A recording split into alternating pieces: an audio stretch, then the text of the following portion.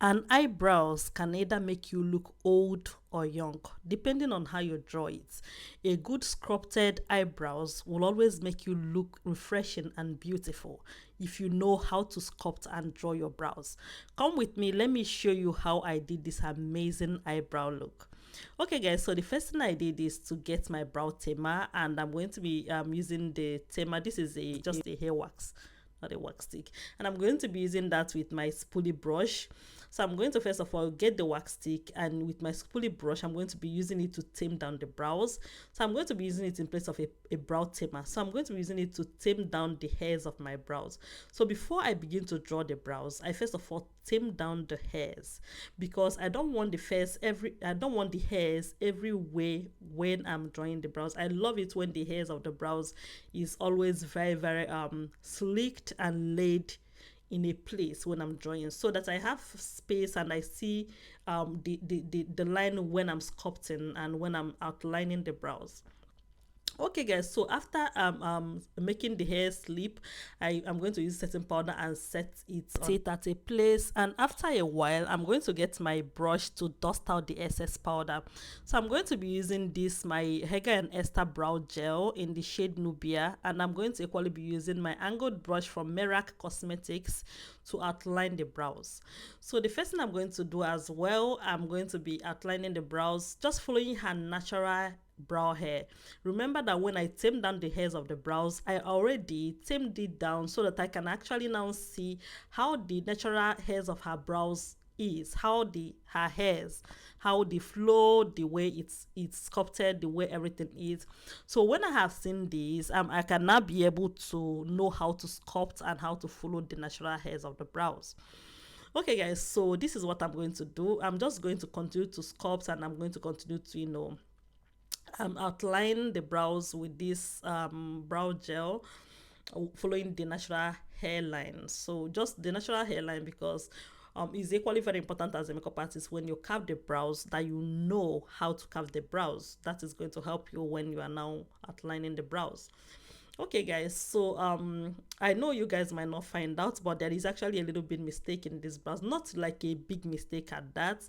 It's just that I could have used a darker shade of my brow gel to outline the brows, like, because this shade is a little bit lighter than her complexion.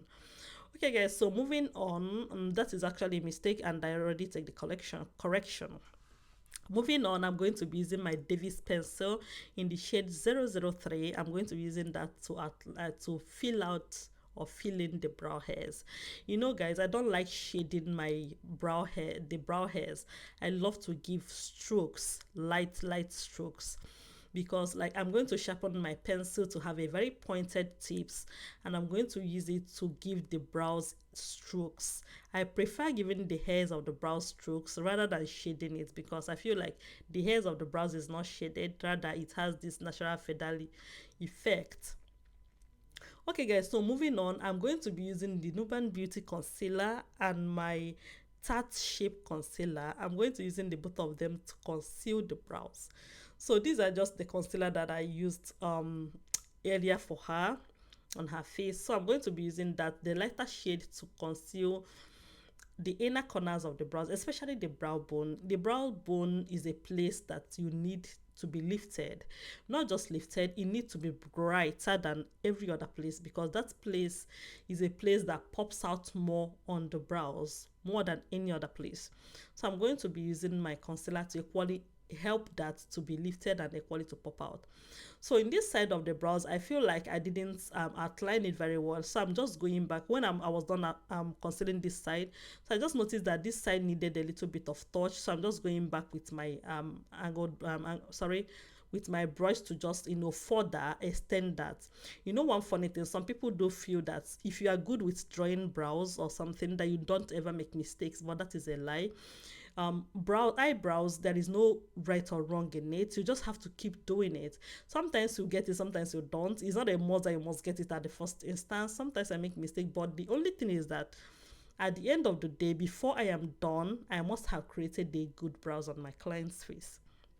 Notwithstanding, no matter how I did it, even if I make mistake, I must achieve something nice. Okay guys, so moving on, after concealing the both brows, I'm going to be using my brush. This is a fluffy brush from my brows, my brush set. I'm going to be using that to blend out the concealer, just to blend, like blend it in, because it's everywhere and scattered. So when you blend it in, everything is going to be at a place.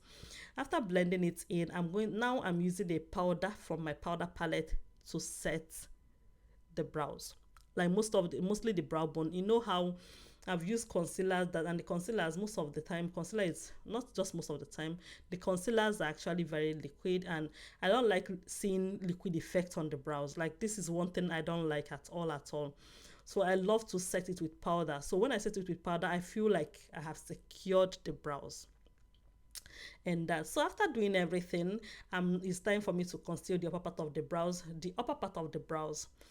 So I'm going to go ahead and conceal. I'm using this angled brush that I've owned for years. Like I said earlier, I think this brush should already be named after my name, because I've used this brush for more than 6 years now. And I didn't believe that I would travel to the UK with this brush. If somebody had told me that I would be going to the UK with this brush, I would say it's a lie.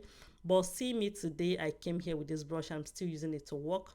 This is the oldest brush in my box. The oldest is the first brush I started using ever since I started doing makeup, and I'm still using it till today. It's almost more than 6 years now.